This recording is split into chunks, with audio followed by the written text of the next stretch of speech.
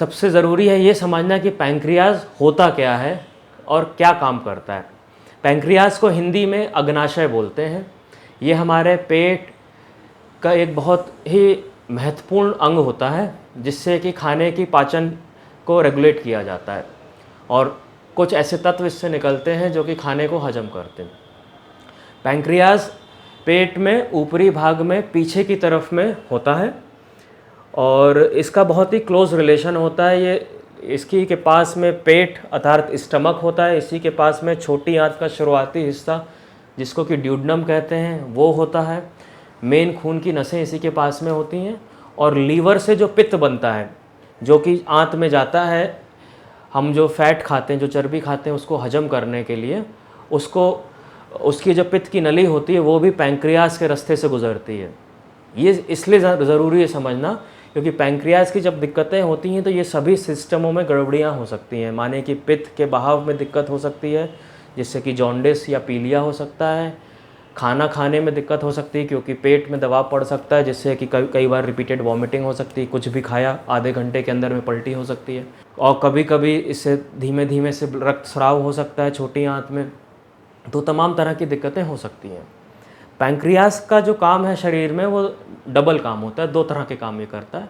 एक तो होता है कि ये कुछ जूसेस बनाता है, intestinal juices and pancreatic juices करके, जिससे कि जो हम खाना खाते हैं उसको हजम करने में हेल्प मिलती है, जिसमें मेन तौर पे पैंक्रियाटिक एमाइलेज और पैंक्रियाटिक लाइपेज नाम के एंजाइम्स होते हैं जो हम चीनी, गुड़, आटा, चावल इनसे बनी हुई चीज़ें अर्थात कार्बोहाइड्रेट की जो चीज़ें खा रहे हैं उसको हजम करने में काम आता है।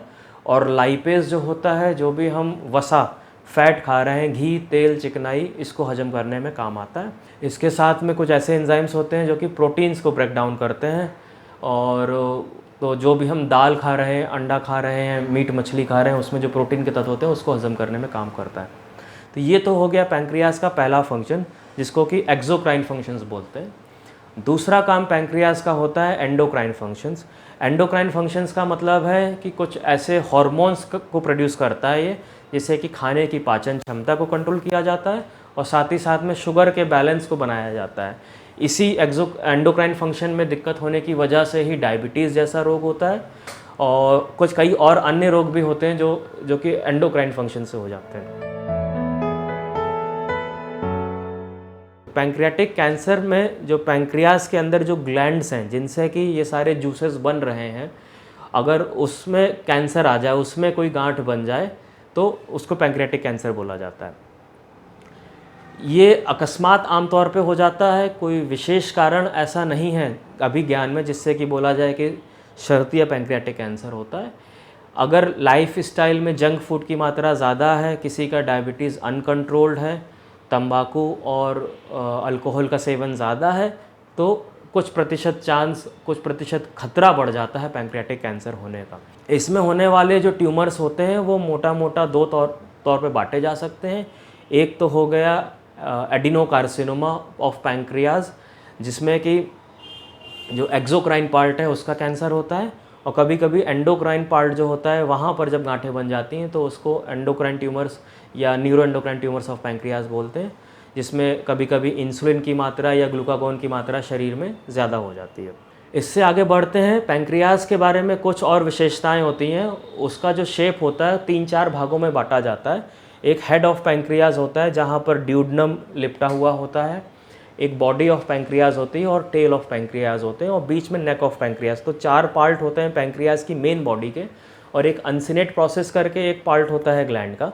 तो कुल 5 पार्ट होते हैं पैंक्रियाज के। इनमें से किसी भी हिस्से में इस तरह की गांठें जो कि कैंसर की हों वो हो सकती हैं। आमतौर पे ये बीमारी अगर पैंक्रियाज से कैंसर की हो रही है तो 40, 45 या 50 की उम्र के ऊपर में होती है और इससे होने वाली दिक्कतें कई तरह की हो सकती हैं। एक तो है कि आमतौर पे जॉन्डिस का होना हो सकता है। अगर हेड ऑफ पैंक्रियाज की बीमारी है तो वो पित्त की नली जो हेड ऑफ पैंक्रियाज के रास्ते से जा रही होती है उस पर दबाव पड़ जाता है, जिसकी कारण से मरीज़ को जो पहला सिम्टम पता चलता है वो पीलिया का होता है। उससे अतिरिक्त कभी कभी दर्द, और पैंक्रियाज का दर्द कभी कभी अत्यधिक तेज भी हो सकता है। ऐसा दर्द जो कि पीठ से निकल करके आगे की तरफ पेट की तरफ आ रहा हो वो हो सकता है। कभी कभी ये दर्द इतना भीषण होता है कि मरीज़ लेट भी नहीं पाता है, उसको बैठ के आगे झुक कर ही आराम मिलता है, क्योंकि पीछे लेटने से पीछे की नसों पे दबाव पड़ता है और तेज़ दर्द होता है। इससे अलग कभी कभी पैंक्रियास का कैंसर इंसिडेंटल मिलता है, माने कि हमने जांच किया अल्ट्रासाउंड या सीटी स्कैन किसी अन्य कारण से और उसमें अकस्मात ही पता चला कि पैंक्रियास में एक गांठ मिली है। लक्षणों में कोई स्पेसिफिक सिम्टम नहीं है, पर अगर मरीज़ का किसी इंसान का वज़न लॉस हो गया है, भूख नहीं लगती है, कमर में पीठ में तेज़ दर्द हो रहा है, पेट में कोई गांठ लग रही है, जॉन्डिस हो गया है अर्थात पीलिया हो गया जिसमें कि आंखें पीली होंगी, पेशाब सरसों के तेल जैसा पीला पीला होगा और मल या लैट्रीन जो है वो सफ़ेद चीनी मिट्टी जैसे रंग की होगी, इन सारे सिम्टम्स को ऑब्स्ट्रक्टिव जॉन्डिस बोलते हैं। उनका एक कारण पैंक्रियास का कैंसर हो सकता है। इन सब से अलग कोई नए सिम्टम जैसे पेट में पानी भर गया हो, पेट फूल गया हो, ये भी पैंक्रियास कैंसर की निशानी हो सकती है। पैंक्रियास कैंसर की एक बुरी बात जो है वो ये है कि आमतौर पे जब तक इसको पकड़ते हैं ये थोड़ा सा बढ़ जाता है, थोड़ा सा फैल जाता है। तो और दूसरा है कि इसमें इलाज के जो आयाम हैं बहुत सक्सेसफुल अभी तक नहीं हुए हैं। तो बेस्ट जो उम्मीद है इस बीमारी से वो यही है कि सिम्टम्स होते ही जल्द से जल्द इसकी जांच पड़ताल कर ली जाए, एक डॉक्टरी परामर्श ले लिया जाए, क्योंकि इस बीमारी से बेस्ट आउटकम तभी मिलेंगे जब इस बीमारी को एकदम शुरुआत में ही पकड़ के उसका इलाज किया जा सके। तो यदि आप अपने डॉक्टर के पास गए हैं और इन किसी सिम्टम्स से और उसको ये संदेह हुआ है कि पैंक्रियास का कैंसर तो नहीं है, तो हो सकता है वो कुछ जांचें कराएं, जिनमें से पेट का अल्ट्रासाउंड, पेट का सीटी स्कैन, छाती का एक्सरे या सीटी स्कैन शामिल हो सकता है। कभी कभी एंडोस्कोपी के द्वारा में जांच की जाती है जिसको कि ERCP बोलते हैं, जिसमें मुंह के द्वार से एक कैमरा डाल करके जांच किया जाता है और आवश्यकता पड़ने पे उसी के थ्रू, मुंह के रास्ते के थ्रू, एंडोस्कोपी के थ्रू एक अल्ट्रासाउंड किया जाता है। और कैंसर की फाइनल पुष्टि के लिए बायोप्सी या FNAC नीडल की जांच भी की जा सकती है। इन जांचों से ये पता चलता है कि बीमारी पैंक्रियास के किस हिस्से में है और कितनी फैली हुई है, आसपास की गिल्टियों में, लीवर में, लंग में, कहीं और पे तो नहीं फैली हुई है।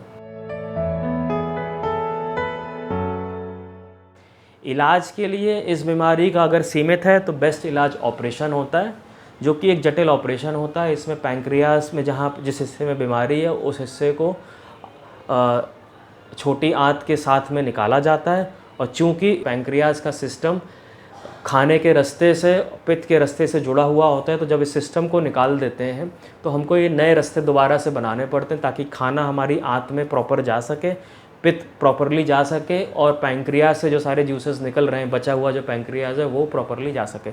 इस सर्जरी का नाम आमतौर पे विप्पिल सर्जरी या फिर पैंक्रियाटिकोड्यूडेक्टमी सर्जरी होता है। इससे अतिरिक्त ऑपरेशन के बाद में कभी कभी अगर सफल ऑपरेशन हो गया है और कुछ रिस्क फैक्टर्स, बीमारी बढ़ी हुई लग रही है, तो कीमोथेरेपी जो कि ग्लूकोज की बोतलों के द्वारा दवा दी जाती है वो, या फिर रेडियोथेरेपी अर्थात बिजली की सिकाई देने की भी बात की जा सकती है। किंतु यदि बीमारी शुरुआती डायग्नोसिस के टाइम पर ही फैली हुई या बढ़ी हुई है तो उसमें ऑपरेशन की राय नहीं दी जाती है। उस सूरत में यदि जॉन्डिस है तो उसको कंट्रोल करने के लिए कभी कभी स्टेंट डालने की राय दी जाती है पित्त की नली में, जिससे कि पीलिया कंट्रोल हो जाए। उसके बाद में दर्द निवारक दवाइयाँ दी जाती हैं दर्द के लिए। अन्य जो भी सपोर्टिव दवाइयों की आवश्यकता है, वॉमिटिंग के लिए, भूख ना लगने के लिए, वजन कम होने के लिए, वो दी जाती हैं। और डेफिनेटिव इलाज के तौर पे फिर नसों से दवाइयाँ, कीमोथेरेपी जिनको कहते हैं, वो दिया जाता है। इसमें जो आउटकम्स हैं इस बीमारी के थोड़े से पुअर हैं और अभी काफ़ी रिसर्च चल रही है, कुछ नई दवाइयाँ आने की बात हो रही है जिससे कि इस बीमारी को कंट्रोल किया जा सके। इस बीमारी से बचाव में अर्ली डिटेक्शन ही बेस्ट तरीका है। किसी भी तरह के सिम्टम्स हो रहे हैं जो मैंने आपको बताए तो फिर डॉक्टरी परामर्श लेना, एक ऑन्कोलॉजिस्ट से लेना आवश्यक हो जाता है। जॉन्डिस या पीलिया जो हुआ है उसको हल्के में नहीं लेना चाहिए, खास तौर से अगर ऑब्स्ट्रक्टिव जॉन्डिस है तो इस तरह के सिम्टम्स, इस तरह की बीमारियां हो सकती हैं। एक बात और है कि पैंक्रियाटिक कैंसर के साथ में ही एक एंटिटी होती है, पेरी एम्पुलरी कार्सिनोमा बोलते हैं, जिसमें कि पैंक्रियास के सिर के पास में 3 या 4 बीमारियों के क्लस्टर को बोलते हैं, जिसमें पित्त की नली के आखिरी हिस्से का कैंसर भी हो सकता है, ड्यूडनम का कैंसर भी हो सकता है और पैंक्रियास के हेड का कैंसर भी हो सकता है। इन सभी का इलाज आमतौर पे एक ही तरह से होता है जैसा मैंने बताया, जिसमें कि पैंक्रियाटिक ड्यूडेक्टमी सर्जरी की जाती है।